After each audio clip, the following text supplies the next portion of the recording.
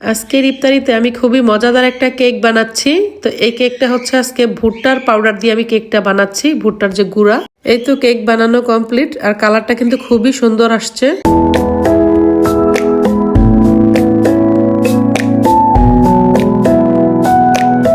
Hello guys, আসসালামু আলাইকুম। সবাই কেমন আছেন?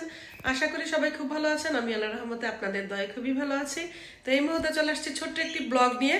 তো আজকে তো আমাদের হচ্ছে 14 রোজা কমপ্লিট হবে। তো আজকে এই 14 রোজায় আমি ইফতারিতে কি কি আইটেম তৈরি করতেছি সেটা একটি ছোট্ট ব্লগের মাধ্যমে আপনাদের সঙ্গে শেয়ার করব। তো দেখতে থাকুন আমার আজকের এই ছোট্ট ব্লগটি, আশা করি আপনাদের কাছে ভালো লাগবে। তো এখন হচ্ছে আমি রান্না শুরু করব। তো প্রথমে হচ্ছে আমি সেহরির জন্য তরকারি রান্না করব, তারপরে হচ্ছে বিকেলে আমি ইফতারের যে আইটেমগুলো আছে সেগুলো একে একে রেডি করে নিব। তো প্রথমেই হচ্ছে আমি কলা নিয়েছি, বাংলাদেশ থেকে একটা ভাইয়া কলা এনেছিল, সে এই কলাগুলো আমাদেরকে দিয়েছে। আজকে এই কলাগুলোকে দিয়ে ইলিশ মাছ দিয়ে রান্না করব। তাই কলাগুলোকে আমি ছুলে কেটে নিচ্ছি, এটাকে কাটার পরে আমি সেদ্ধ বসাবো।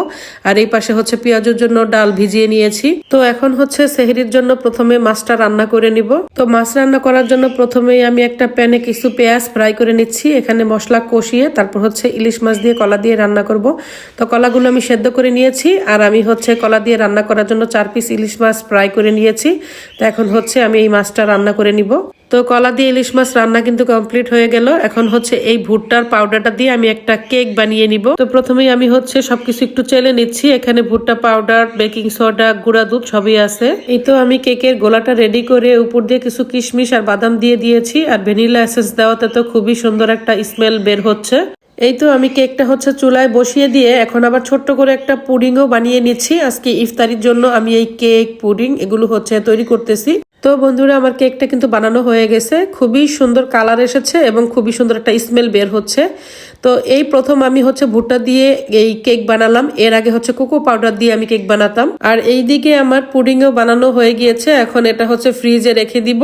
আর এই পাশে হচ্ছে কেকটা হয়ে গিয়েছে। তো সবকিছু আমার বানানো কমপ্লিট। এখন হচ্ছে বিকালের জন্য যে ভাজা পোড়ার আইটেমগুলো আছে সেগুলো হচ্ছে আমি একে একে এখন ফ্রাই করে নিব। তো গাইস, আজকের মতো আমার সমস্ত ইফতার তৈরি করা কমপ্লিট হয়ে গেল। এখন আমি টেবিলে সবকিছু সাজিয়ে নিয়েছি। তো এখানে আছে কেক, ভাজা পোড়ার আইটেম খাওয়ার জন্য সস, মায়োনেজ, এখানে আছে পেঁয়াজু, এইদিকে জুস ঢেলে নিয়েছি, খেজুর, তারপর হচ্ছে ছোলা বুট। আর পুডিংটা হচ্ছে আমি ফ্রিজে রেখে দিয়েছি। আমরা হচ্ছে মাগরিবের নামাজের পরে সমস্ত খাওয়া দাওয়ার পরে হচ্ছে লাস্টে পুডিংটা খাবো, সেটা ততক্ষণে ঠান্ডা হতে থাকুক। তো আজানের যেহেতু আর অল্প কিছুক্ষণ সময় বাকি আছে, তাই আর চাচ্ছি না কন্টিনিউ ব্লগটা বাড়াতে। তো আমি আশা করি আমার আজকের এই ছোট্ট ব্লগটি তোমাদের ভালো লেগেছে। দেখা হবে পরবর্তীতে নতুন কোনো ব্লগে। সেই পর্যন্ত সবাইকে বিদায় জানাচ্ছি। খোদা হাফেজ।